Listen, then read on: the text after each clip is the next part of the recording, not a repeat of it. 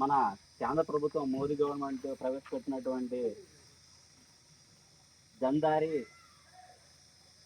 భవిష్యత్ దూర్ భవిష్యత్ కార్యక్రమంలో భాగంగా ఈరోజు ఇక్కడ రావడం జరిగింది.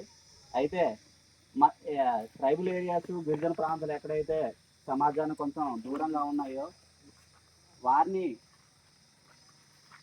మౌలిక సదుపాయాలు కల్పించాలి, ప్రత్యేకమైన సదుపాయాలు కల్పించాలి. వీళ్ళు కొంచెం సమాజానికి వెనకబడి ఉన్నారు కాబట్టి ఆర్థికంగాను సామాజికంగాను వెనకబడి ఉన్నటువంటి వీళ్ళని డెవలప్మెంట్ ఎంత కొంత తీసుకురావాలనే ఉద్దేశంతో మన ఊరు వచ్చి ప్రోగ్రామ్ కండక్ట్ చేయడానికి ముఖ్య ఉద్దేశం ఏంటంటే మనకి కావాల్సిన నిత్యావసర మౌలిక వసతులు అన్నమాట. మనకి రోడ్డు కావాలా, తాగునీరు కావాలా, లేక ఇంకా విద్యుత్, తాగునీరు, వాగునీరు ఏమైనా కావాలి అంటే